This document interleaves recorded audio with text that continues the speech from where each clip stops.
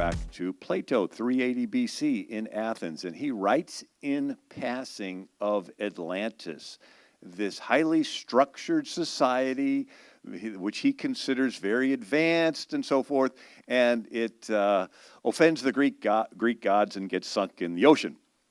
And he keeps referring back to that. He describes it and so forth, and sort of went into the imagination of writers. Well, if this is a structured society, he considers democracy an unstructured society. So demos means people, krasi means rule, and so they had a democracy in Athens. And the main characteristic of a democracy is tolerance. Everybody tolerates each other. It's great. He said it's the most charming form of government. It's like a bazaar where you can buy any viewpoint. It's like an embroidery patchwork with lots of colors. And so they tolerate each other. And then they tolerate some people that are a little bit off. Then they tolerate people that are a lot off. Till finally they're tolerating crooks and crime and fraud and broad daylight looting, and nobody does anything about it. They're just tolerated. And then convicted criminals are just walking the street, and nobody does anything about it. And then he says, the manner of life is that of Democrats. That's his word, because he's describing a democracy. The manner of life is that of Democrats. Every man does what is right in his own eyes. And now, where have we seen that line before? Right, in the book of Judges. And he says, then this tolerance, everybody doing what's right in their own eyes, creeps into their morality. And he says, the young man passes into freedom and libertinism and useless and unnecessary pleasures. There is no conceivable folly or crime not accepting incest or any other unnatural union.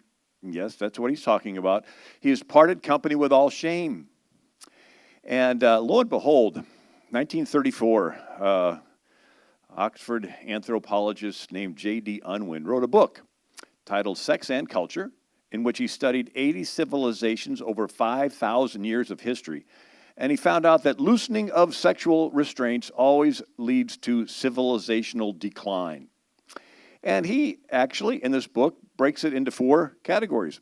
A civilization, and now he studied Greeks and Babylonians and Assyrians and Egyptians and Romans and all this stuff. He studied all these different civilizations. He says first they go through a period of pain and poverty, right? They come through a war, they come through a famine, and then they pitch in, they work together. They become productive, they become protective, they become prosperous. And then they begin to grow and become expansionistic and innovative, and then they become prosperous, and then they become pleasure-focused and indulgent and lazy, and they're enjoying all their riches and so forth. Then they become promiscuous, indulgent, undisciplined, lawless, and weakened, and then they get conquered by the next civilization that's on the rise. He says it's irreversible. He says everyone that he's seen, why? Because human nature is on their side. Human nature wants this indulgent pleasure. And anyway, he actually calls it a sexual marketplace. He says, if the women say nothing happens unless there's a ring on the finger and a commitment, the guy says, okay, whatever it takes. And then the guy ends up working hard to give to his wife, and he becomes productive. And then little kids appear, and he becomes protective. And when all the men of the country become productive and protective, the country ends up becoming productive and protective and more expansionistic, and there's more kids to fill the military ranks. But he says if the women say, there doesn't need to be a commitment, water seeks its own level. Guys will say, really? Okay, I'm happy to go ahead that direction. And the guy becomes more pleasure-focused and more of selfish. And when the majority of the men in the country become this direction, it ends up becoming less productive and less protective, and there's fewer kids, and it weakens from the inside. And now he's not a Christian; he's a Oxford anthropologist. Anyway, so John Adams writes to Thomas Jefferson, have you ever found in history a single example of a nation thoroughly corrupted that was afterwards restored to virtue? And without virtue, there can be no political liberty. Will you tell me how to prevent luxury from producing effeminacy, intoxication, extravagance, vice, or folly? No effort in favor of virtue is lost. Harry S. Truman said, without a firm moral foundation, freedom degenerates quickly into selfishness and anarchy. So what happens? You have this democracy, they're tolerating each other. It's good. Then they tolerate people that are off, then tolerate people that are off. It goes into their morality. Then it goes into their finances. And so now they're indulgent, and there's a city treasury sitting there with all this money, and it's a democracy. They just vote to spread the wealth around. Now the treasury's empty. Well, I like this money. Where can we get more money? The rich people. It's a democracy. They just vote to take the money from the rich people. Now there's no rich people left. And then there's a shortage, and they begin to have a tug-of-war. Well, don't cut back on what I'm used to getting. Don't cut back on mine. And before you know it, it turns into tensions and chaos and anarchy and fighting. And in this chaos, they begin to say, can't someone come along and fix this mess? And that's when some governor comes along and says, I can fix it. I just need some emergency powers. And they take the powers, they usurp the power, and before you know it, they stand in the chariot of state holding the reins of power, and they're revealed as the tyrant. So Plato's model is democracy without morals and virtue ends in chaos, out of which a tyrant usurps power. And this is what he says. The last of all comes the tyrant. In the early days of his power, he is full of smiles. But having a mob entirely at his disposal, he's not restrained from shedding the blood. So he smiles until he gets in power, and then when somebody challenges his power, he uses this mob to go after him. If any are suspected of resistance to his authority, he will have a good pretext for destroying them. The protector standing up in the chariot of state with the reins in his hands, a tyrant absolute. Now, he says a tyrant governor will attract mobs and hire voices fair and loud and persuasive, sort of like a fake media, right? You know, and now media, let's talk about this for a second. Athens Democracy, there's 6,000 citizens, and they decide what's going to happen in the city. Now, if you have a king and you have an agenda, you got to get in to see the king to pitch your agenda. Well, if it's citizens are ruling, like in a democracy, and you have an agenda, how do you pitch your agenda to an entire city? Theater. And so they would get the entire city into an amphitheater, and they would put on plays, comedies, satires, tragedies, where they would ridicule and buffoon certain points of view and honor and extol other points of view. And you read Aristophanes and these Greek comedies, and they're actually ribbing politicians by name. And so it's very similar to Saturday Night. Right? I mean, it's just this, and then in the tragedies, they honor and extol certain character qualities as noble and so forth. And people leave the theater saying, like, I don't want to be that poor guy that was ridiculed to death. And this other person, they were noble. From that time till now, theater, media, Hollywood is always political in a country where it's the people that makes the decisions. Think of your favorite sitcom or show or movie. There's a character you identify with. They're cute, they're funny, they're the hero. And as this series goes on, this character begins to make morally compromising decisions. All right, they lie a little bit here, cheat a little bit here, a little lust, a little revenge, and you find yourself apologizing for him, saying, I know James Bond is with a woman he's not married to, but he's about to save the world. So can we get on with the story? And it minimizes a character quality that used to be important to you, marital fidelity, and now it's a little, and then they make people that hold old traditional values look like they're backwards and bumpkins and simpletons and idiots and even hateful. And you turn off the show saying, man, that guy did look really backwards, and I don't want to be looking like that. And the other person, you know, they're so cool, I want to wear their tennis shoes, you know. And so what happens is that there's a human desire to fit in with the group.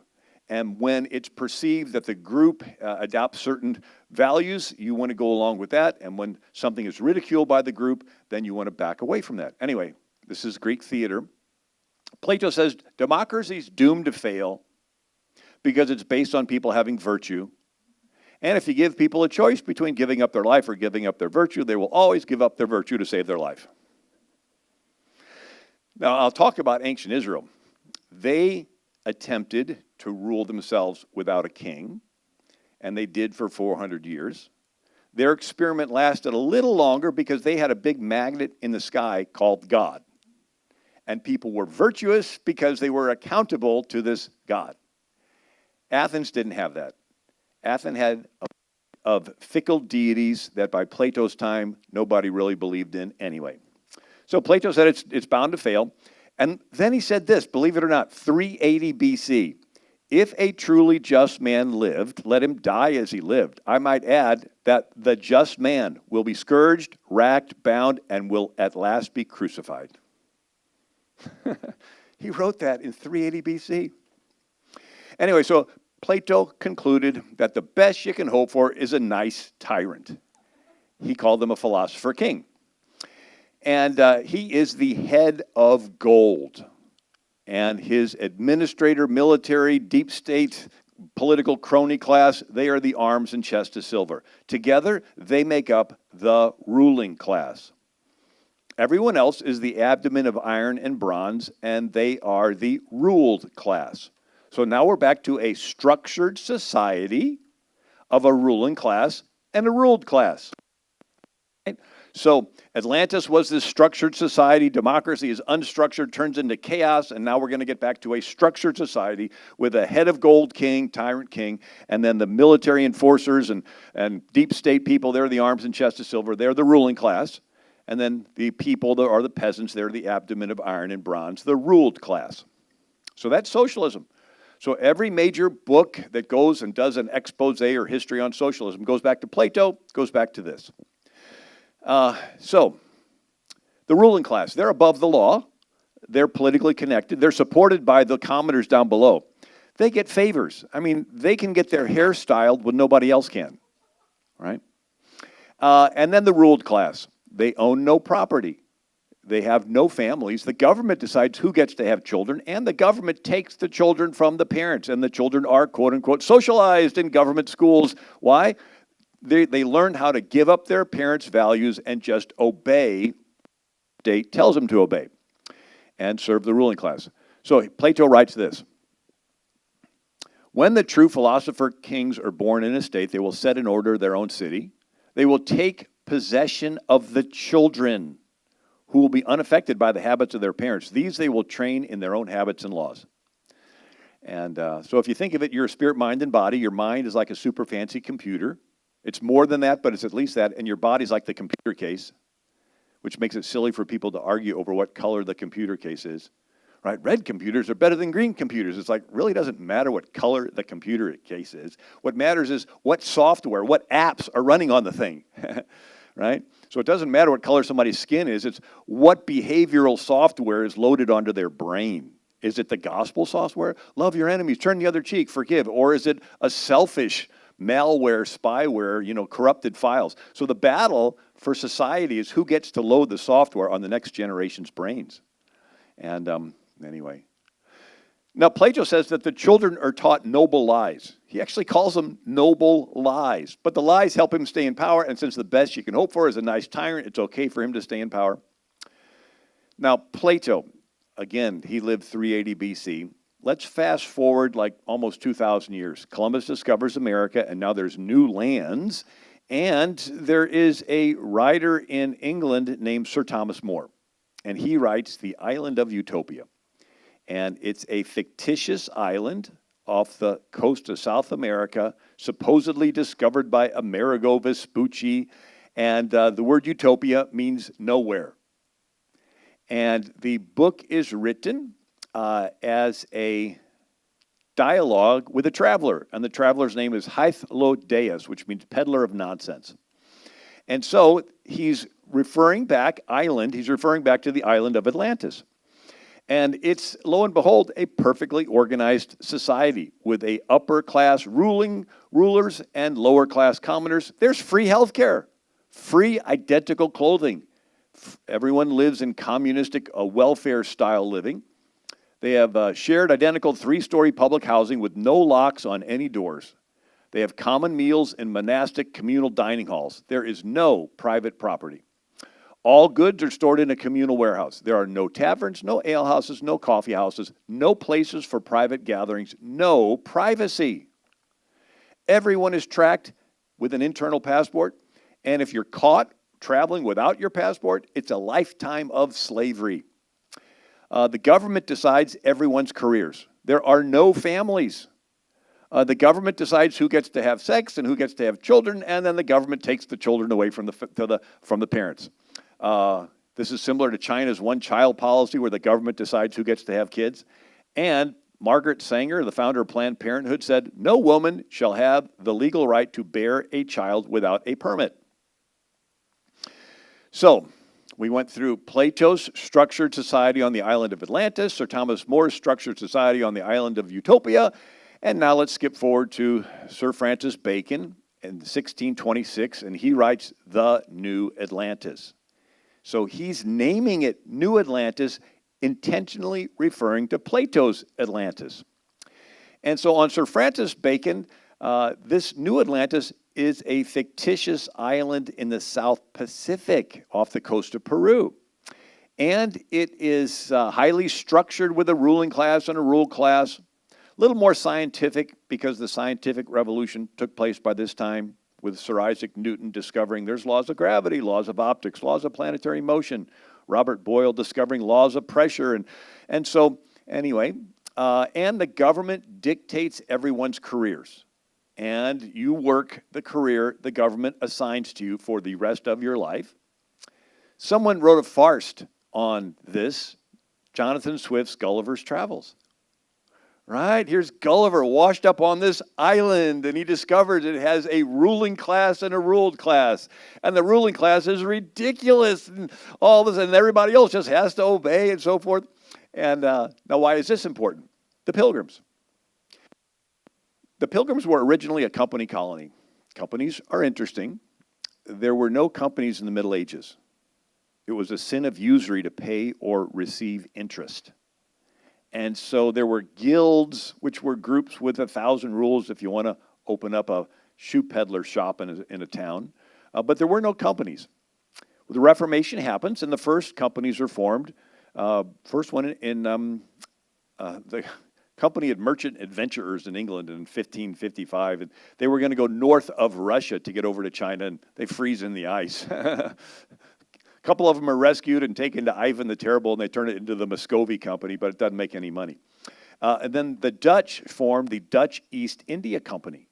And they find their way around South Africa to go to India, all the way to Japan. And for 2 centuries, the Dutch East India Company is the richest company, making more money than all the other companies combined. And then the British start the British East India Company, and then the British start the Virginia Company, and then they start the London Company. And so the Pilgrims were sponsored by the London Company. And it had investors that wrote the bylaws for the company, and the bylaws looked back to Plato and Sir Thomas More and Sir Francis Bacon. So you got these rich guys, and they're pretty smart, and they're saying, "Oh, okay, how is this colony going to be run?" And so, anyways, there's 3 types of colonies. One's a royal crown colony, ruled by a administrator from the king. The other's a proprietary colony, where it's all given as a property to William Penn or somebody. And then there's the company colony. So the bylaws of the Pilgrims said everything would be owned in common. Actually called it a communistic plan. The Pilgrims tried it and almost starved to death. William Bradford gives record. He says, the bylaws said all profits, benefits that are got by trade, trucking, trade, traffic, trucking, working, fishing, or by any other means shall remain in ye common stock.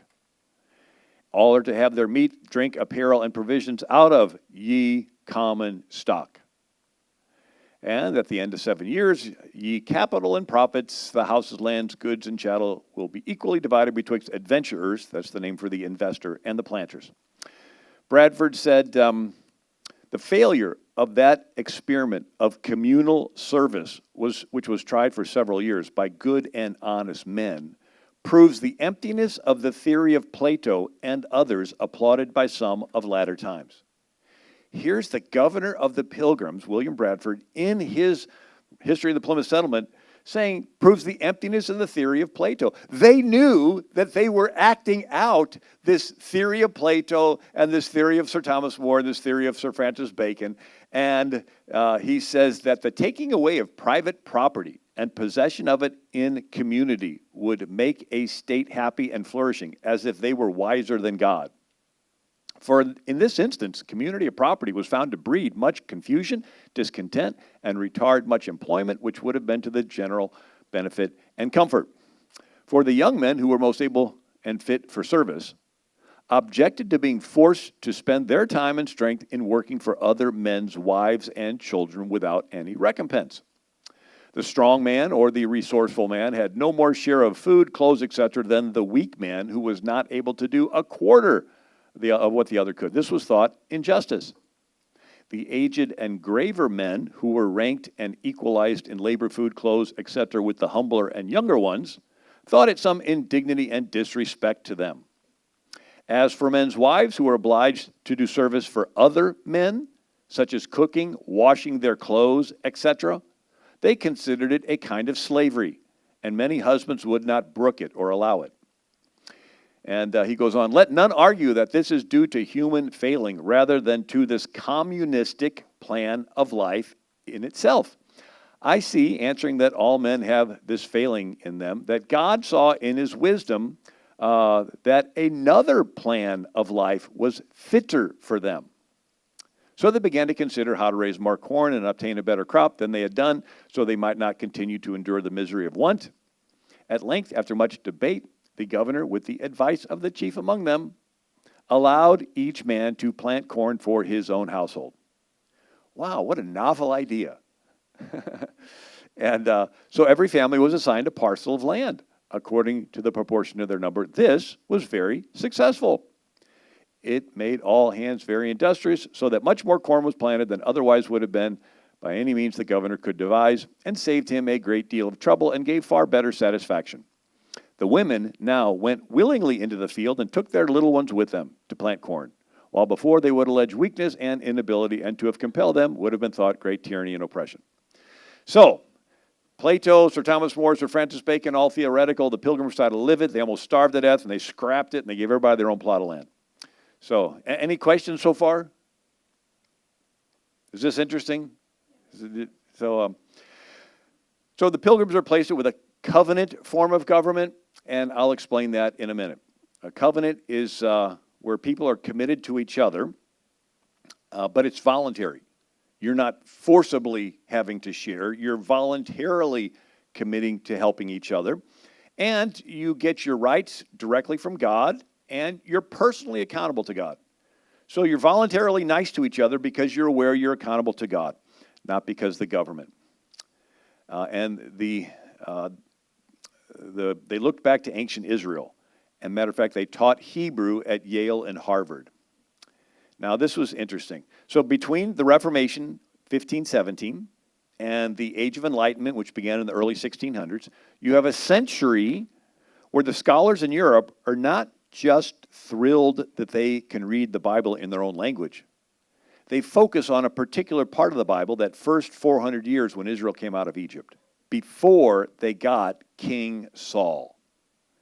Right? So it's the first 5 books of the Bible and then the book of Judges. And so this was unique on planet Earth, where you have the whole world ruled by kings, and here you have these Israelites come out of Egypt, and for 400 years they're ruling themselves without a king.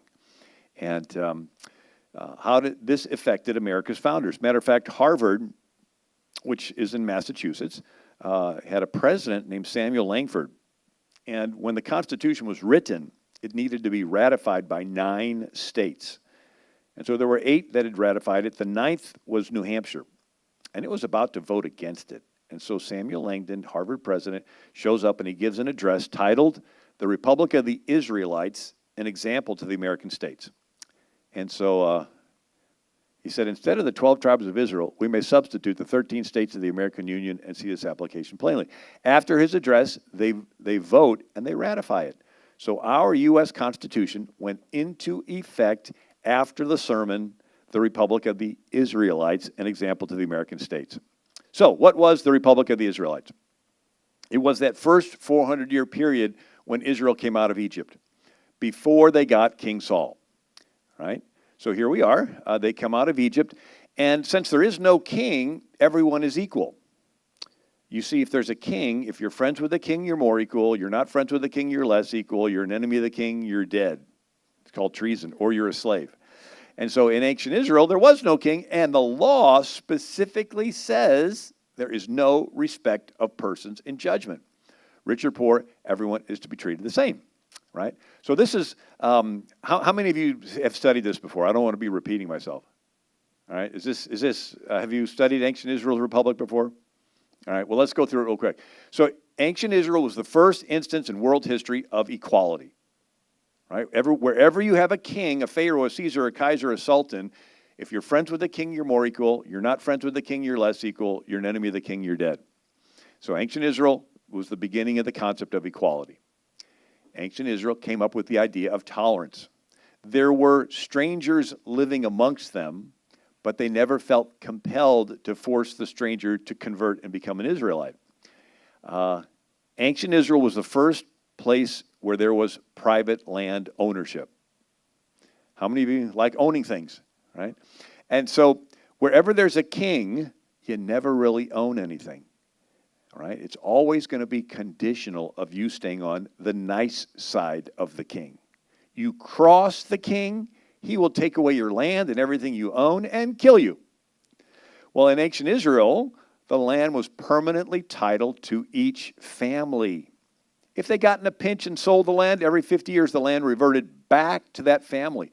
That feature prevented a dictator from gathering up all the land and putting the people back into slavery. So, if you own land, you can accumulate stuff. The Bible called that being blessed. Karl Marx called it being a capitalist. You got stuff, you worked hard, you saved it, right? Matter of fact, Karl Marx says communism can be summed up in one sentence: abolition of private property. But yet the Bible has God giving private property to every single family, permanently to that family. Ancient Israel had no police. Everyone was taught the law. Everyone helped enforce the law. It was like everybody was deputized. We have a little of that today with traffic laws, right? Somebody's driving crazy, cuts you off, you take it upon yourself to honk the horn, right? You help enforce the traffic laws. And maybe, a babysitter watching a bunch of neighborhood kids, she has no problem correcting somebody else's kids. In ancient Israel, everybody corrected everybody else. It was a self-policing system. And why? How did everybody know to correct everybody else? Because everybody was taught the law from a child. Matter of fact, that is why God chose Abraham. It says, Genesis, God says, "For I know him, Abraham, that he will teach his children to keep the way of the Lord, to do justice and judgment." And then Deuteronomy, "Teach them to your children and grandchildren. Teach them to thy sons and thy sons' sons.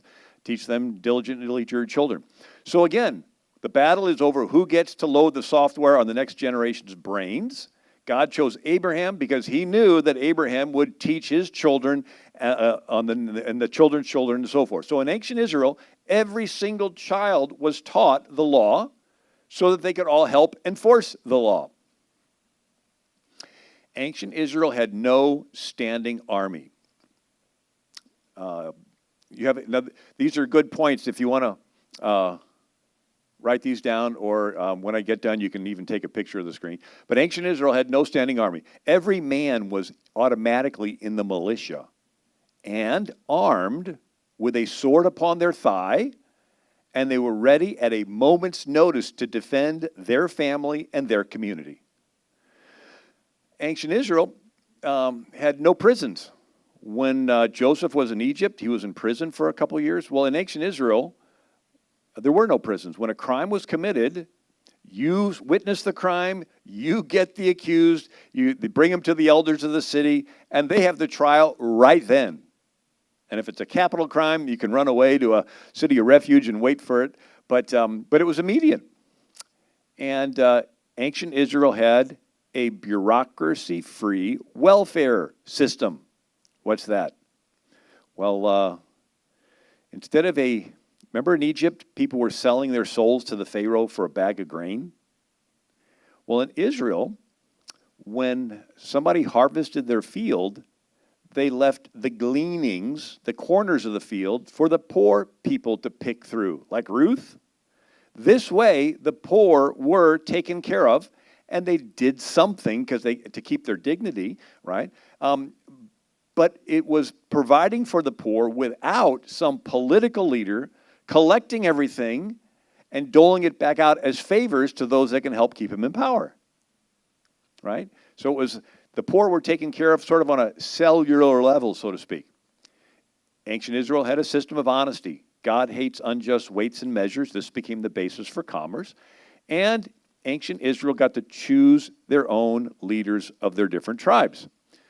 So every village would elect their own elders, and the elders would send representatives to the Sanhedrin. So this is a good slide, if you wanted to take a picture of it, to show how ancient Israel is different than the king-run, top-down colonies.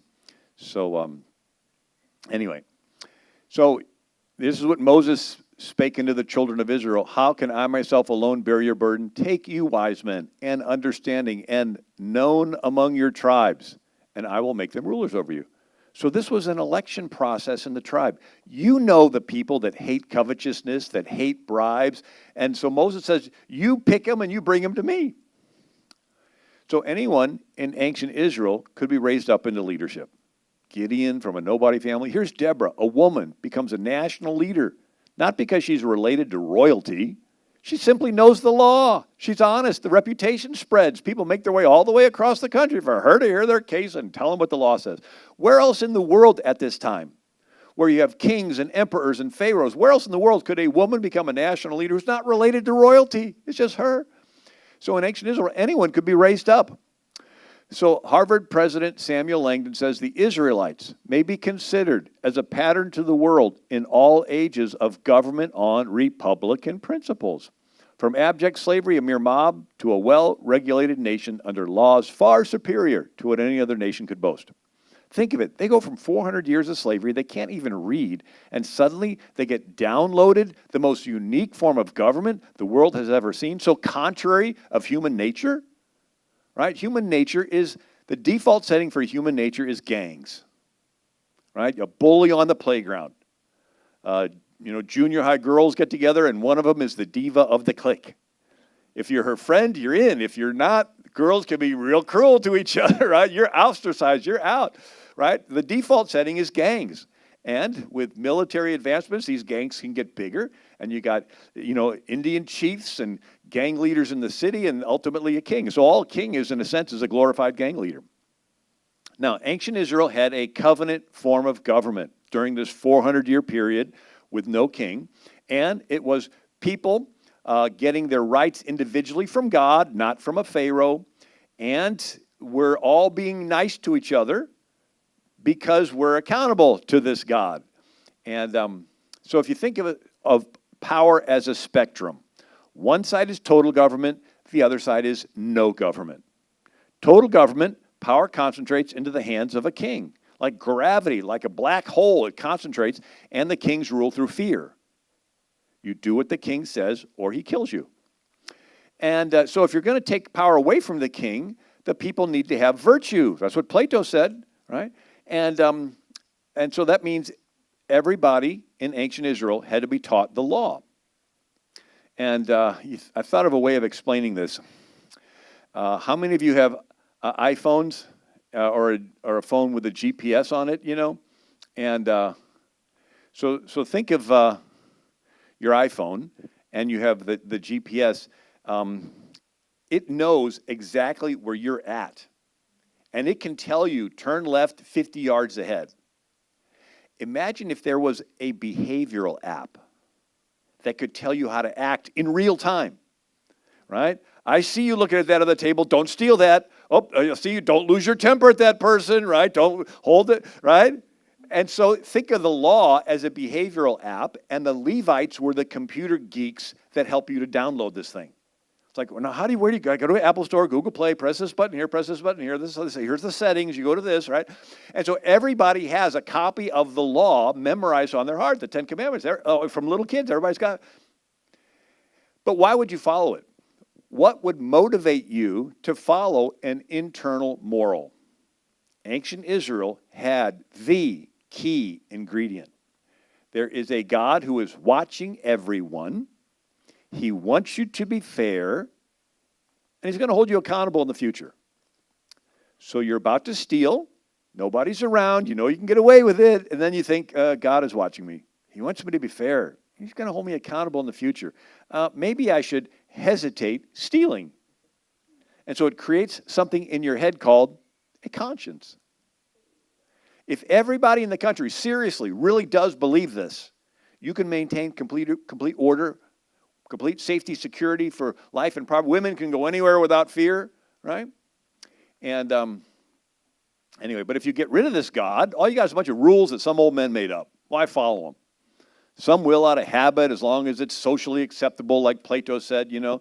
But if you give people a choice between a temptation and virtue, and it's there and there's no accountability, they're going to start yielding to their selfish side and give into libertinism and useless and unnecessary pleasure. And it's going to turn into chaos and lawlessness and rioting in the streets and looting, and nobody's going to stop them, so they just keep pushing. It's like a wild animal, right?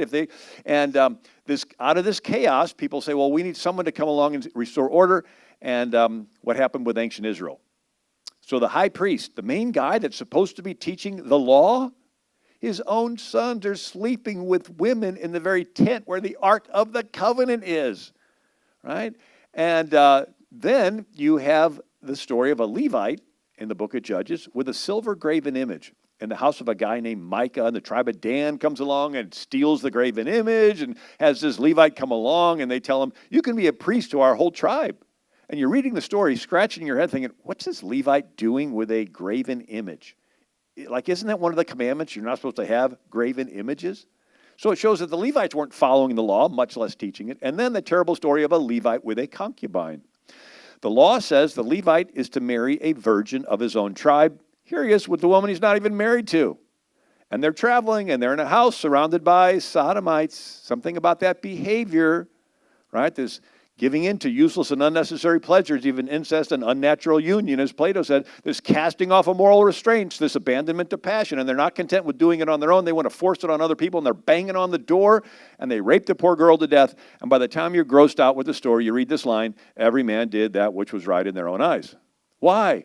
Because the priests had stopped teaching them what was right in the Lord's eyes.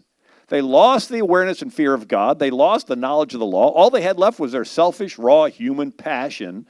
They give into it. It turns into chaos. And then they get a king. They all go to Samuel the prophet, and they say, this self-government system's not working. We want to be like all the other countries. We want a philosopher king, right? We want a tyrant. And so the Lord tells Samuel, they have not rejected thee, but they have rejected me, that I should not reign over them. Anyway. So they get a king named Saul. And interesting story, Saul is pouting that his son Jonathan became friends with David. And Saul turns to his soldiers and he goes, you soldiers don't care about me.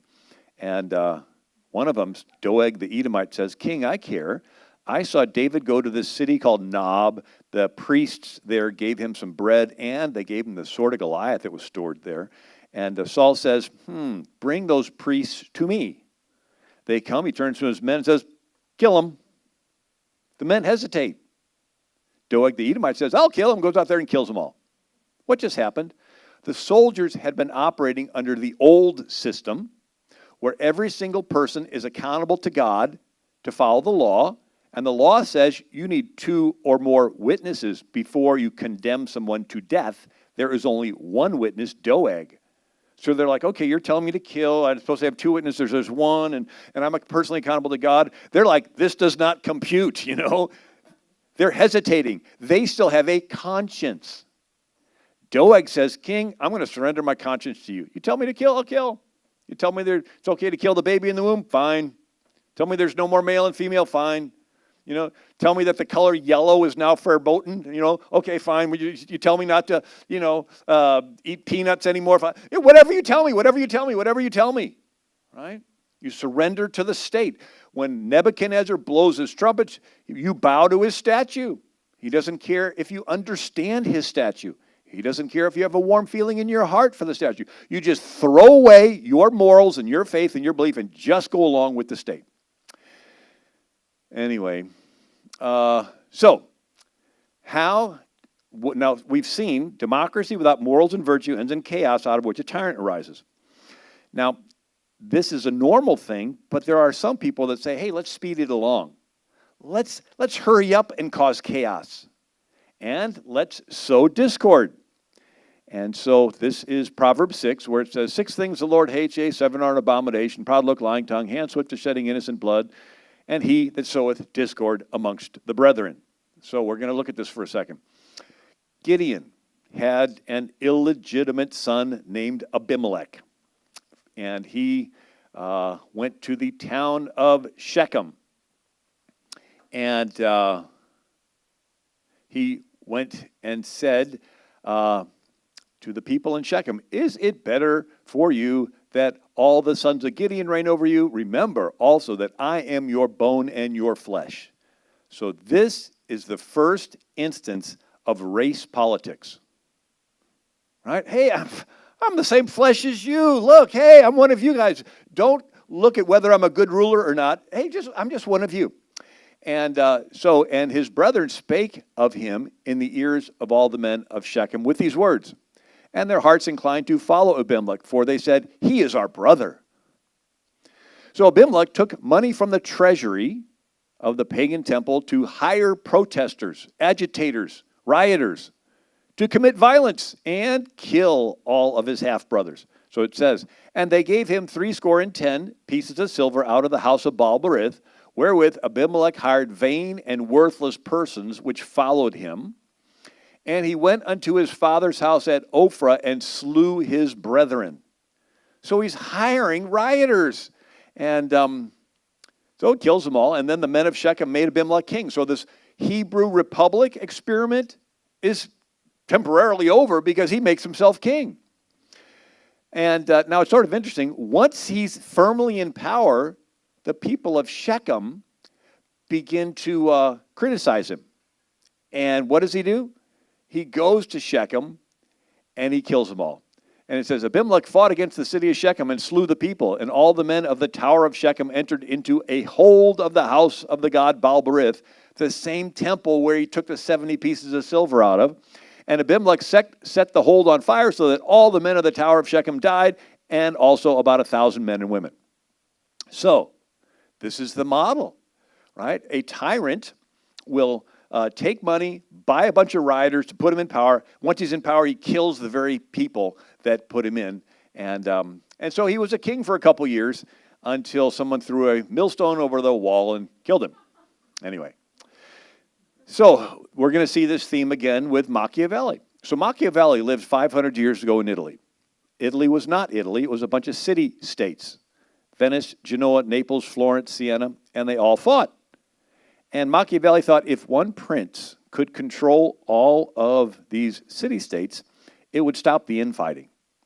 And so his end was good. And so he thought the ends justifies the means. The end of one prince controlling all these Italian city-states will be such a good end because it'll stop all this infighting that any means necessary to get there is justified. Lie, cheat, steal. So if a prince conquers a city-state, the people would hate him.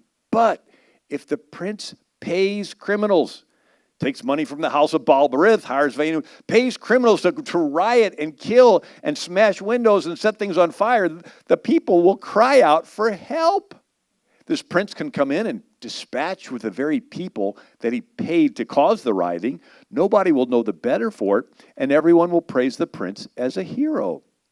So it's good marketing. You create the need and fill it. You go around the back of the house and set it on fire, then you go around the front of the house and sell them a fire extinguisher. And they'll pay anything for it and even thank you for being there. So it's called Machiavellianism, where you create or capitalize on a crisis to consolidate control. Right? So democracy without morals and virtue ends in chaos, out of which a tyrant arises. This is this, let's speed it along, let's intentionally create crises or capitalize on a crisis to usurp power. And so people in a crisis will panic and they'll quickly knee-jerk reactions, surrender their freedoms for security. And more recently, it's been reworded this way You never want a serious crisis to go to waste. It is an opportunity to do things that you think you could not do before. Rahm Emanuel, who was the campaign manager for the previous president, or chief of staff, rather. So here's Hillary Clinton remarked, the chief of staff for President Obama is an old friend of mine and my husband's, and he said, you know, never waste a good crisis. So you and I see a crisis, our response is, how can we help people through it? They see a crisis, and they think this is an opportunity for us to do a usurping power grab by the government and have the power go from the people to the socialist state. And let's look at another example. Britain took over India. You know how they did it? India was lots and lots of kingdoms. And the British would go to one kingdom and give them guns, and go to another kingdom and give them guns, and then stir up ancient animosities between the kingdoms, and they would fight and beat each other up. And when they were all beat up and weak, the British would come in and conquer both and restore order. And then they would do it again and again and again until they took over all of India, a quarter of the world's population. And they tried doing it in America, where the British would pay the Indians to scalp the Americans along the frontier. Right? So here's a foreign power coming in, paying and hiring rioters, so to speak. And they did this with the Mohawks in the New York Battle of Saratoga, and they did it in Fort Mims, Alabama, where they scalped 500 people. This is a historical marker.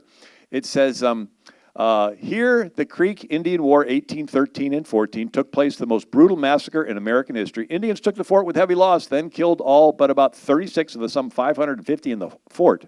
Creeks had been armed by the British at Pensacola in this phase of the War of 1812. So here you have the British arming these Indians and promising them money for scalps. I mean, it's one thing taking the fort, but after they took the fort, they had 550 captives. They killed them and scalped them all, one after the other, one after the other, one after the other. Why? Because the British promised them gold for scalps. And so again, you got a foreign power paying money to hire people to commit these violent acts, and so the British could take away our American freedom. Now, another interesting example I found in history of a guy creating a crisis was King Gustav of Sweden. In 1788, he wanted to declare war on Russia, but his parliament would not approve it. And so Gustav orchestrated, he had some Swedish soldiers dress in Russian uniforms and attack a Swedish outpost, which convinced his parliament to declare war on Russia. Wow, could you imagine a government orchestrating an attack upon itself for political purposes? Washington says this, disorders and miseries, this is his farewell address, disorders and miseries gradually incline the minds of men to seek security and repose in the absolute power of an individual who turns this disposition to the purposes of his own elevation on the ruins of public liberty. Let's look at France. And how am I doing time-wise?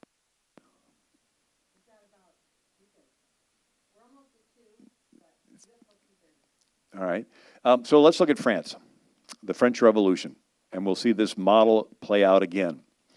So remember, France helped us during our independence? You know what they got in return for helping us? Nothing but debt. Lots and lots of debt. And then their crops failed for a couple years. And the people of France said, you know, if we can just chop off the king's head, all of our problems will be solved. And so they chop off King Louis XVI's head and his wife Marie Antoinette, and it does not get any better. And so then they chop off the heads of all the royalty, and it does not get any better. Then they chop off the heads of all the wealthy. They have money. We don't have money. They must be evil. It doesn't get any better. Then they chop off the heads of the businessmen and farmers. They have food and supplies. We don't. It still doesn't get any better. Then they chop off the heads of the hoarders, the people that have extra food hidden in their house. You're greedy. You got extra and we don't have enough. And then they chop off the heads of the clergy because they were speaking out against all the head chopping off stuff. And then they chopped off the heads of the former revolutionaries, the ones that used to chop off heads but got tired of it. Somehow they're to blame. Remember Abimelech chopped off and killed the people that helped him get into power, right? And 40,000 people had their heads chopped off in Paris. And their motto of the French Revolution was liberté, égalité, fraternité. And liberty, equality, fraternity. Fraternity was their word for socialism. It was the collective, the group, the socialist state. Liberty is individually experienced, and equality can be understood two ways. In America, it was equal treatment before the law and equal opportunity. In France, it was everyone having an equal amount of stuff. And if the state, the fraternity, thinks you have too much stuff, the state can take its power and take away your stuff and kill you. And while this is going on in France, America is like freaking out. And so the president of Yale is Timothy Dwight, and he sort of gives a background. And he says this speech in 1798. He says, about the year 1728, Voltaire, so celebrated for his wit and his hatred of Christianity, formed a systematical design to destroy Christianity and introduce in its stead a general diffusion of irreligion and atheism. The being of God was denied and ridiculed. Possession of property was pronounced robbery, right? You got property and stuff, you know. Chastity and natural affection were declared to be nothing more than groundless prejudices, right? I mean, if you feel like you're a girl today, boy tomorrow, it's all just sort of what groundless prejudice. Adultery, assassination, poisoning, and other crimes of like infernal nature were taught as lawful, provided the end was good. So it's okay to smash windows and set people's stores on fire and all that kind of stuff, as long as you think your end is a good end. All right? The education of youth, books replete with infidelity, irreligion, immorality, and obscenity. And I have seen some of those textbooks. I was out in California, and they're showing just pornography they're showing these little kids. To destroy us, therefore, our enemies must first destroy our Sabbath and seduce us from the house of God. So, why is it important for them to teach the education of the youth? Oh, let's see. Plato, he wanted to educate the youth. And God chose Abraham because he knew he would educate the kids to follow his way. Well, this idea of who controls education, it's called deconstruction. It's a socialist tactic, and where you portray the founders of a country negatively. Is this interesting? Look at the person next to you and say, this is interesting. Okay, that was a little trick to keep people awake, right? So you want to, all right, so deconstruction. You portray the founders of a country negatively, and so that the people are emotionally detached from them. Then you get them into a neutral ground where they're open-minded, and then you portray the future positively. It's a sales technique. If I was a toothpaste salesman, the first thing I do is I tell you negative things about the toothpaste you're currently using. You're still brushing with that old stuff? Don't you know it'll eat the enamel off your teeth and dry out your gums? You're like, ooh, really? I didn't know that. Now I have you in a neutral position. You're open-minded. What are all the toothpastes out there? Then I give you my pitch for this brand new tartar-controlled breath freshener toothpaste, right? So it's a drive, neutral, reverse. It's like a gene replacement therapy for a culture. The old section of the DNA, and then you put in a new. And so they go into the classrooms and they tell the kids negative things about the founding fathers. They took land from India and sold people into slavery. They were chauvinist. Ooh, the students are repulsed by them. Now you got the kids into a neutral. They're open-minded. What are all the belief systems out there? Then you give them your pitch for socialism or LGBT or Islam. And Europe went through this. It went from a Judeo-Christian Europe with Catholic cathedrals, Protestant Reformation, and Jewish neighborhoods to a secular Europe with the French Revolution and free sex, anything goes. And now it's turning into Sharia and a socialist Europe, with Mohammed being the #1 name for newborns in London, Milan, Brussels. So we have a part of this is a textbook they use in the public school called Howard Zinn's A People's History of the United States. It's all deconstruction. It's all saying every single person that had anything to do with America's founders was bad. So why? So the kids will emotionally detach from the founding. And then they're, okay, we're open-minded. If that wasn't very special, we're open-minded. And then you give them your pitch for your socialist future. Carl Sandburg, a poet, said, when a nation goes down, one condition may always be found. They forgot where they came from. Now, the same thing happened in China. Around 3rd century BC, there is the warring states period in China. Half a dozen kingdoms fighting it out. One wins. Qin Shi Huangdi is the emperor. And Qin Shi Huangdi was being criticized for doing things differently than they had been done in the past. And he got tired of being criticized, so he decided to destroy the past. He decided to destroy every single historical record in China. And he ordered them all burned. Thousands and thousands and thousands of records. And then he founded what's considered the Han Dynasty in the beginning of modern-day China. And so in the basic annals of the first Emperor Qin, his chancellor Li Si said, "I, your servant, propose that all historians' records other than those of Qin's be burned. If anyone under heaven has copies of the classics of history, the Shu Jin, they shall deliver them to the governor for burning. Anyone who dares discuss the classics of history shall be publicly executed." So this idea, you're educating the kids, right? Plato wants to educate them and so forth. You want to do this. Anyone who uses history to criticize the present shall have his family executed. Anyone who has failed to burn the books after 30 days of this announcement shall be subjected to tattooing and sent to build the Great Wall. Now, had it not been for a previous emperor having some of the classics of history buried in his tomb, they would never have survived. Why is this important? Well, Mao Zedong in the 1960s was taking over China and said, okay, we want to get rid of the history. So he decided to have a cultural revolution, not just political, cultural. He destroyed 5,000 years of Chinese culture. The oldest Buddhist temple in Beijing, he destroys. The oldest Buddhist temple in China, and then the Great Gates of Beijing. And so he destroys them all. Why? Because he wants to get rid of the past so he can brainwash all these young people into the brand new People's Republic of China.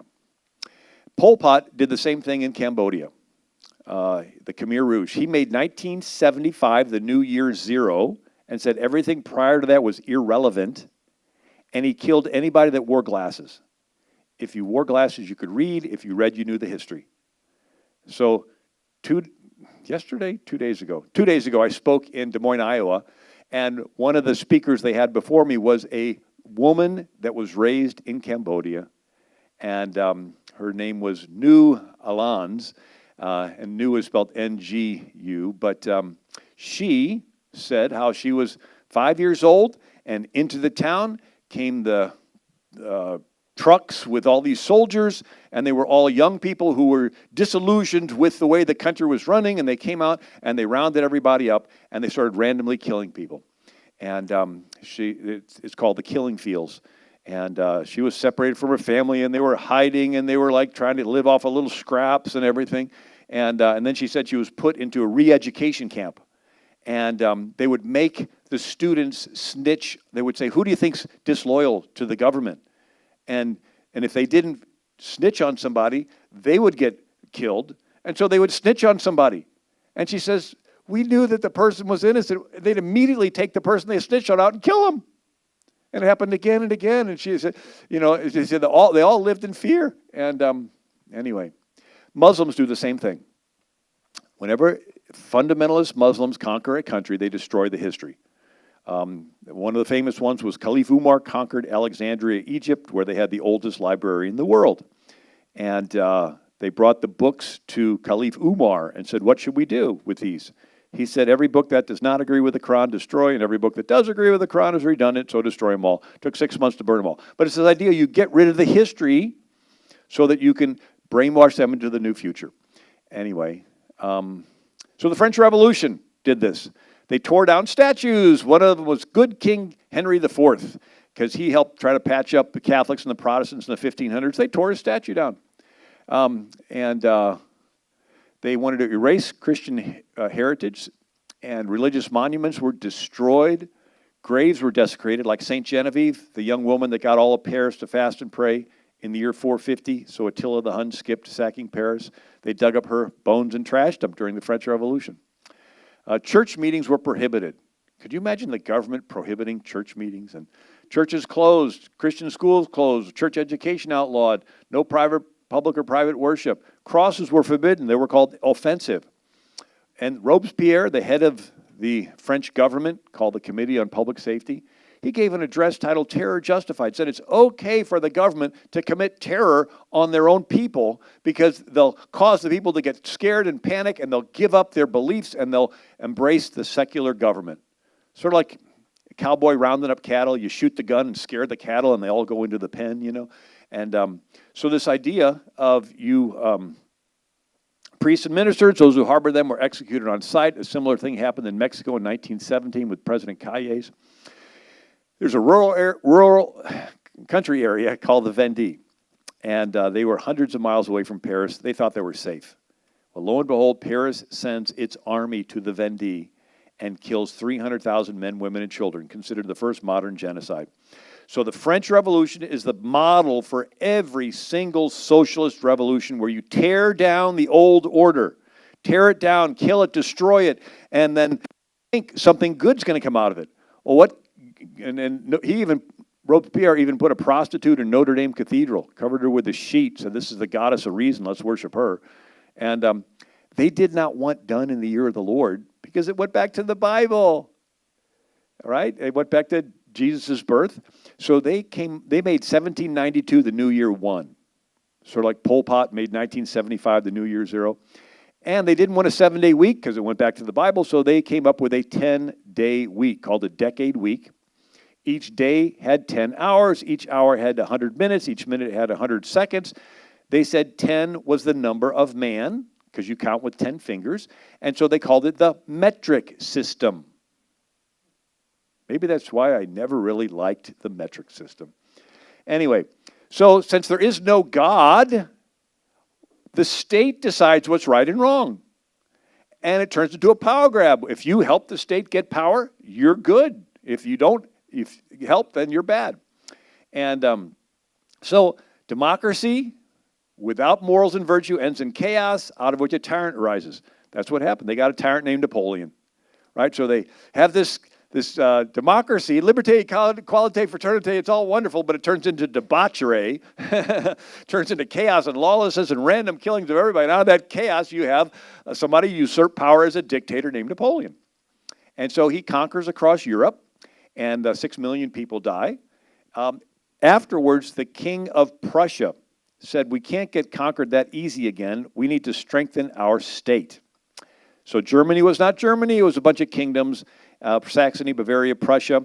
And so he got someone named Hegel, Hegel. He was a professor at the University of Berlin. And now let's go through a transition, a couple slides. The Pilgrims had a covenant form of government. What's that? People in agreement with each other, but more than that, they're committed to each other. Why? Because they're accountable to God and they all get their rights from God. In the next century after the Pilgrims, covenant turned into social contract with the Age of Enlightenment. And what's social contract? It's just people in agreement with each other. You're not committed to helping each other. You're just in agreement. And if God is there, he is distant. He is uninvolved. This came out of the scientific revolution. Again, Sir Isaac Newton discovering laws of gravity, laws of planetary motion, laws of optics, and some theologian says, gee, maybe God made everything with laws, and like a guy winds up a clock and sets it on the shelf, it's all running its course, and he's not involved. Don't even bother praying because he doesn't intervene. Everything's just going to run its course. The ultimate of this is God is an impersonal force out in the universe. Right? So we go from covenant, people committed to each other, rights from God, accountable to God, to Age of Enlightenment, social contract, where you have a distant God, to the French Revolution, where it's social contract with no God, to Marxism and socialism, where the state is God. And you get your rights from the state, you're accountable to the state, and if the state thinks that your life is no longer worthwhile, the state kills you, pulls the plug. And so here's Hegel. He's the philosopher to Germany. He says the state is God walking on earth. We must worship the state. All the worth which the human being possesses, he possesses only through the state. All right, you contrast this with the Bible, that you have worth because you're made in the image of the Creator. No. You just have it if the state says so. Rousseau was a French guy. He wrote The Social Contract. Rousseau said, when the state says to a citizen, it is expedient for the state that you should die, he ought to die because his life is a gift made conditionally by the state. And 100 years later in Germany, you have the National Socialist Workers' Party. You know it better by the acronym Nazi. Nazi stands for National Arbeitersozialistische Party.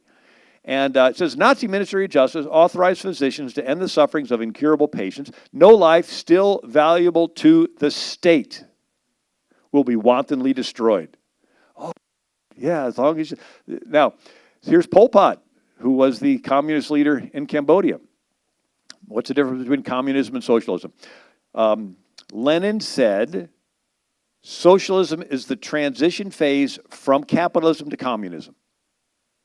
All right, socialism is a transition phase from capitalism to communism. It's the road. Socialism is the road. Communism is the destination. And so socialism is like communism light. And then communism, Karl Marx says, communism can be summed up in one sentence: abolition of private property. So socialism is the gradual taking away of private property till you reach this communist utopia where there is no private property. Anyway, so Pol Pot, the communist leader of Cambodia, said, to keep you is no benefit, to destroy you is no loss. So, you know, as long as it's a power grab by the state, that's all it is. There is no God. It's simply a big power grab by the people that are in power. And if you help them get more power, then your life is worth something for a while. And if you challenge their power, they want to get rid of you. And so we go from the Pilgrim Covenant, under God, Age of Enlightenment, social contract with a distant God, French Revolution, social contract with no God, to Marxism and socialism, where the state is God. Hegel said the state recognizes no authority but its own. It acknowledges no abstract rules of good and bad. Abstract rule of good and bad. You mean like the Ten Commandments? Yeah, there's no rules. It's just a flat-out power grab by the state. Eisenhower said this, in many lands, the state claims to be the author of human rights. If the state gives rights, it can and inevitably will take away those rights. The Founding Fathers had to refer to the Creator in order to make the revolutionary experiment make sense. It was because all men are endowed by their Creator with inalienable rights that men could dare to be free. In other words, do your rights come from the government, or do your rights come from a source higher than the government? Right? And the founders said, oh, they come from a creator. That's why every socialist experiment has to get rid of God, has to outlaw churches, has to ban, you have to get rid of this concept that you have rights from a source higher than the government. They don't want that. So one of the students of Hegel's was Machiavelli. I'm sorry, it was Karl Marx. So Karl Marx was a student of Hegel. Now, Hegel took this concept of democracy without morals and virtue ends in chaos, out of which a tyrant arises. He turns it into an equation. You know, Germans are real analytical and everything, so it's called Hegelian Dialectics or Hegelian Dialectics, and it's a triangle. One corner is a thesis, the opposite corner is an antithesis or antithesis, and the top corner is a synthesis. It sounds complicated, but it's not. In other words, you start off with the status quo, the way things are now. You create a problem that is real bad. And then everybody's happy to settle for your answer that's half as bad. And then that becomes the new starting point, and then you create another problem that's real bad, and everybody's happy to settle for your answer that's half as bad. And then you create another problem that's real bad, and everybody's happy. You keep creating these crises, and every time the people surrender a little more of their freedom and independence to the state to have the crises solved. Until finally you move across the page from the people ruling themselves bottom up back to the state with a dictator on top ruling from the top down. So Hegel influenced Karl Marx. Karl Marx was a member of this radical student group called the Young Hegelians, and Marx says, okay, how do you create a problem that's real bad?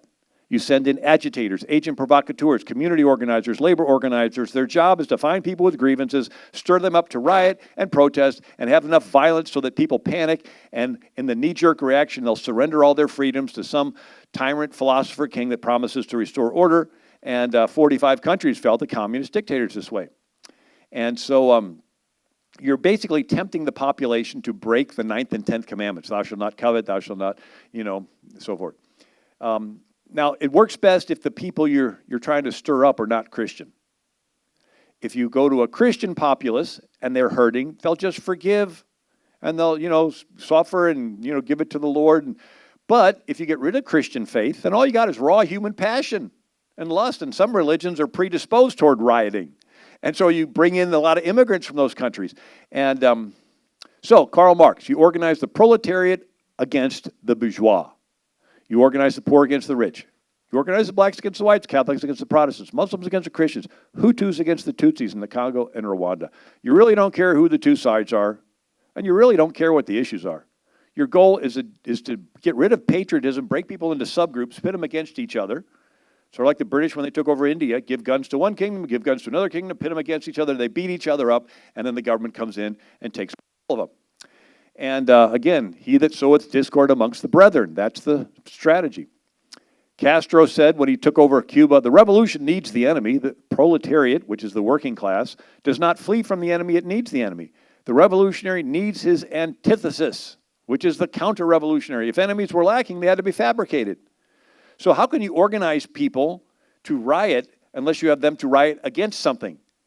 And so if everything's fine, they're not going to riot. So you need to create an enemy to organize against, right? And so how did socialism come to America? Well, you got Karl Marx in the middle 1800s. Well, in the late 1800s, there's a socialist named Eugene Debs. And he came to Chicago, where there were railroad car companies. And the Pullman Railroad Car Company had a little village where they lived, the little shops where they shopped, they worked at the factory, and then they had an economic crisis, orders for railroad cars dropped. And Eugene Debs comes in and organizes them to riot, and they burn $8 million worth of railroad cars in 27 states. And finally, Grover Cleveland had to send in the U.S. Army to restore order. Well, afterwards, Eugene Debs is arrested, and then he gets out of prison, but he forms the Socialist Party of America. And he runs for president 5 times between 1900 and 1920. Doesn't really get very many votes, but one time he ran for president from prison. Now, you may be familiar with Eugene Debs because Bernie Sanders had a portrait of him in his office in Burlington, Vermont. So off of the Socialist Party of America in 1920 splits off the Communist Party USA, and they run candidates for president every year from 1920 to 1940. And what happened in 1940? Franklin Roosevelt made a treaty with Stalin, the communist leader of Russia, during World War II. So the Communist Party USA said, why should we run another candidate when we have a Democrat candidate that's making treaties with the communists? So from 1940 on, the Communist Party USA has just supported Democrat candidates. And then let's look at Germany. So Germany in the 1920s and 30s was a republic that the people had a representative form of government, and somebody started a political party. It was the National Socialist Workers' Party, run by Hitler. And Hitler had a violent group, sort of an Antifa, BLM type group, that would create riots and violence, but it would help his party. And so they were called brown shirts. They were also called Sturmabteilung, which means storm troopers, because they would storm into the meetings of Hitler's opponents and shout down the speaker and disrupt the entire meeting. And then they would lock arms and block access to buildings and lock arms and block streets. Could you imagine people locking arms and blocking streets? And then they went into the city and smashed the windows and looted and set on fire over 7,000 Jewish stores in the night of broken glass, Kristallnacht. And then the Capitol got set on fire. And in this national confusion that was stirred up by Hitler's supporters, Hitler seizes power, and in this confusion, he rounds up his political enemies and quickly has them shot without a trial. The dust settles, there's nobody left to challenge Hitler. And what does he do? He rounds up all the brown shirts and kills them.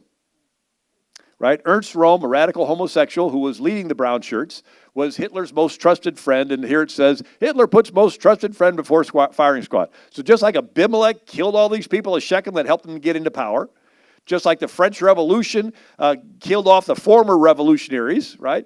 And so here Hitler kills off the very people that helped him to seize power.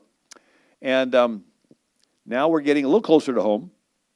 After World War II, Britain gives independence to its former colonies, and so does France and Germany, and they turn into brand new countries with brand new leaders. And it's a perfect world, except the Soviet Union decides it doesn't just want communism running Russia, it wants it running the world. And so they would send KGB agents into these brand new countries and find people with grievances. Ethnic grievances, Bosnian Serbs, Croats, religious grievances, right? Orthodox, Catholic, Islamic. They'd find people with economic grievances. They'd find people with racial grievances. It didn't matter. And they would organize protests that they would escalate into riots, that they would get violent and they'd smash windows and set buildings on fire. Then they would co-opt the media with bribes and threats to blame the new leader of the brand new country for all the problems. And then they would nurture weak links in the military. They'd find out who was weak. And when the country got panicky and confused enough in that distress, they would do a coup or a rigged election, and they would replace the leader with a Soviet puppet. And then the rioting would stop. And everyone would be relieved for a moment until they realized they just gave up their freedom, and now they're under the thumb of a Soviet totalitarian dictator. And anyway, so the KGB did this. Estonia, Latvia, Lithuania, Yugoslavia, Hungary, Romania, Czechoslovakia, China, all these places. And the president of the United States was Harry S. Truman, and he did nothing because he thought his United Nations that he helped start would bring world peace. And so all these countries that fell were called behind the Iron Curtain. And here's what Eisenhower wrote. The United Nations has seemed to be two distinct things to the two worlds divided by the Iron Curtain. To the free world, it seems that it should be a constructive forum. To the communist world, it has been a convenient sounding board for their propaganda, a weapon to be exploited in spreading disunity and confusion. So Eisenhower's choice was sit back, do nothing, let the Soviets take over all these countries, or fight fire with fire. And that's what he did. He approved the first CIA plan to overthrow a country's leader, and it was in Iran. So Iran decided to side with the Soviet Union, and its leader Mossadegh nationalized the Iranian oil industry. And you think, what does that have to do with anything? Wait a second. Britain had no oil. Winston Churchill changed the British Navy from burning coal to burning oil, but Britain didn't have any oil, other than maybe one oil well. And so in 1908, Britain formed the Anglo-Iranian Oil Company. You know it better as BP. British Petroleum is really the Anglo-Iranian. So here they are. They're taking down the Anglo-Iranian Oil Company sign and they're putting up the British Petroleum sign. So BP is really the Anglo-Iranian Oil Company. And when Mossadegh nationalizes the Iranian oil, Britain has no oil. And they go to Eisenhower, says, help. And Eisenhower approves the first CIA operation to overthrow a country's leaders called Operation Ajax. And the CIA operative on the ground is Kermit Roosevelt Jr., the grandson of Teddy Roosevelt. And he goes over to Tehran and he does the same thing in reverse. He recruits mobsters and gangsters and radical imams, and they stage protests and riots, and they attack mosques, and they co-opt the media with bribes and threats, and they cultivate weak links in the military. And when the country is panicking and confused enough, they put Mossadegh under house arrest, lock him away for the rest of his life where he dies, and they install the Shah. And the Shah loved America because we put him in. And the CIA did the same thing. And now it's interesting. In co-opting the media, they would release false polling data to show that the popular leader of the country was unpopular. Why? So that when they would do the coup, nobody would protest. If they show the real polls, and the polls show this guy's really, really popular, then when they do the rigged election, everybody's going to say, wait a second, he was really popular. What do you mean? So we got to investigate. Why did he lose? But if they can release false polling data to show the popular candidate as really close election, then they can do the coup. And people say, well, I knew it was going to be close. Anyway, so the CIA did the same thing in Guatemala in 1954, in the Congo 1960, Dominican Republic, Vietnam, Brazil, Chile, elsewhere. And the KGB did the same thing with Brezhnev, with Yasser Arafat, helping him to start the PLO. and Brezhnev hugging Castro and helping him to take over Cuba, and taking over countries in Latin and South America, and starting FARC in Colombia, and taking over countries in Africa, and the Chinese doing the same thing in the Far East. This is called the Cold War, right? And it's a whole period of time where you had these countries doing these coups, one against the other, against the other. It's the subject of every spy novel. Right? You go to a third world country and you find out, run into the Russians, the KGB, and then you run into the CIA, and then they're all going to do an assassination. There's 70 years of them perfecting these tactics. And what's happening in America has all the fingerprints of looking like it's an orchestrated event. We already know there are people in the Department of Justice, CIA, Homeland Security, that do not like the current president, and they've been trying to oust him with the false Russian narrative stuff. And you don't have pallets of bricks dropped off right where they're going to have a riot. I was in Emporia, Kansas, and they said, yeah, they were planning a peaceful protest, and right there, somebody dropped off a pallet of bricks, and there was no construction in the area, right? Somebody, and anyway. Now, it's interesting, Che Guevara was a killer for Castro, and he said, blind hate against the enemy creates a forceful impulse that cracks the boundaries of natural human limitations, transforming the soldier into an effective selective cold-killing machine. A people without hate cannot triumph. So they wanted, what does the Bible say? The Bible says you forgive. Karl Marx and Friedrich Engels wrote the Communist Manifesto, and then later they wrote this. They were alchemists of the revolution. Their business consisted of spurring it into artificial crises. Every new crisis must be more serious and universal than the last. Every fresh slump must ruin more small capitalists. This will increase the number of the unemployed. In the end, commercial crises will lead to a social revolution. In other words, to have a ruling class and a ruled class, you have to get rid of the middle class. Now, what's the COVID response? The COVID response was, one, let criminals out of jail. It's like, oh, okay. Then crime goes up. Oh, we didn't think that would happen. Criminals out, crime goes up. And then when crime goes up in the cities, some people move out. Who? Maybe those with children and families. Okay, pro-family people. And then you shut down businesses and smash businesses, and the pro-business people move out. Then you shut down churches where social conservatives gather. And then you close the schools and let kids that have been indoctrinated with hate America out. 75% of the rioters or spoiled white high school and college kids that have been indoctrinated with Howard Zinn's A People's History of the United States. Net result of the COVID response was more people of one political party move out of the city, leaving the city in monopoly control of the other political party. And in presidential election years, whoever wins the big city ends up winning the state. Whoever wins the state gets all the electoral votes for the state, and the president is elected by electoral votes. There is a clear political advantage to one party by having violence going up in the city. So democracy and morals without virtue ends in chaos, and out of that chaos, a governor seizes power and acts as a tyrant. Anyway, whoever's president when there's an economic collapse usually gets voted out, like Herbert Hoover. And here's David Horowitz, a former communist. He says, the issue is never the issue. The issue is always the revolution. In other words, civil rights, women's rights is never the real cause. Women, blacks are only instruments in a larger cause, which is power. Battles over rights and other issues, according to Alinsky, should never be seen as more than occasions to advance the real agenda, which is the accumulation of power, power for the state. Those that are involved in the riots, Lenin called them useful idiots. They're like, oh, this is over this issue. It's over, don't kneel to the, it's over Confederate statues. It's over, hands up, don't shoot. It's over, Occupy, whatever the issue is. No, that's not the issue. The issue is they want a power grab. And Saul Alinsky, now, there was a woman who was 8, and she decided to run for president, and she did her senior thesis at Wellesley College on Saul Alinsky. And there was another person that was president, and he was a Alinsky organizer in Chicago. Who was Saul Alinsky?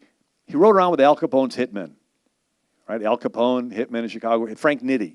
And he saw how all the hitmen had to do was kill a few people, smash a few windows, and the whole neighborhood would panic and give up their freedoms to the mob and agree to pay extortion protection money. And so Saul Alinsky applied it to politics. He says, all you got to do is go into a neighborhood and create crises, people will surrender their freedoms to somebody that promises to solve it. And so Saul Alinsky says this: the organizer's first job is to create the issues or the problem. The organizer must first rub raw the resentments of the people of the community. An organizer must stir up dissatisfaction and discontent, fan the latent hostilities of many of the people to the point of overt expression. The organizer polarizes the issue and helps lead his forces into conflict. He must search out controversy, for unless there is controversy, the people are not concerned enough to act. And Saul Alinsky has an acknowledgement, lest we forget, an over-the-shoulder acknowledgement to the first radical known to man who rebelled against the establishment, Lucifer. He dedicates his book, Lucifer. Why? Because Proverbs, 6 things the Lord hates, A7, last is he that soweth discord amongst the brethren. That's the political strategy that has been used on America for the last generation. This intentional stirring up of discord. And so we see it over and over again. And anyway, I'm from Missouri, and we found out that the people that organized the burning of Missouri were actually paid to do so and so forth. And so lots of different stuff. This was really, I'll go through this real quick. So Hitler had a propaganda minister. Propaganda minister? Yeah, his name was Joseph Goebbels. And he noticed that people want to fit in with the group.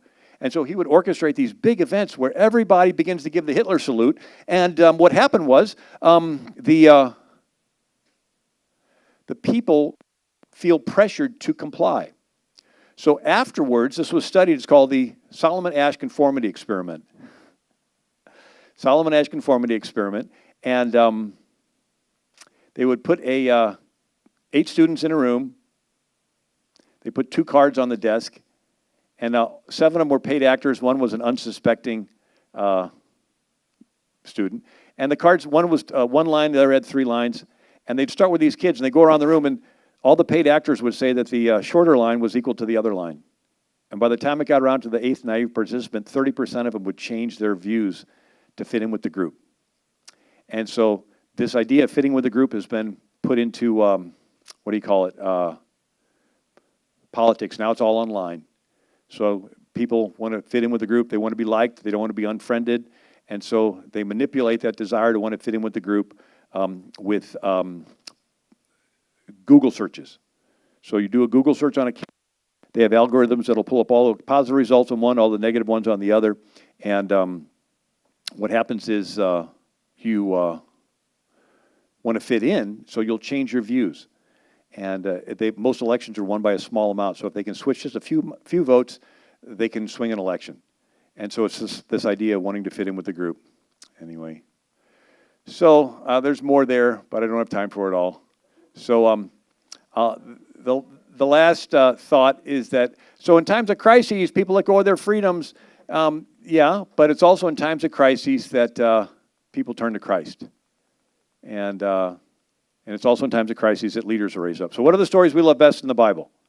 Well, there's a crisis. The Israelites are being surrounded by the Philistines or the Egyptians, and then God raises up little nobodies with faith and courage, right? And so that's the devil. What the devil meant for evil, God turns around for good. When the enemy raises up a standard, when the enemy comes in like a flood, the Lord raises up a standard against him. So so God loves to raise up. Here's Gideon.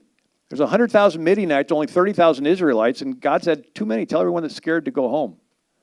Then he whittles it down to 300. In other words, God likes it when the odds look terrible.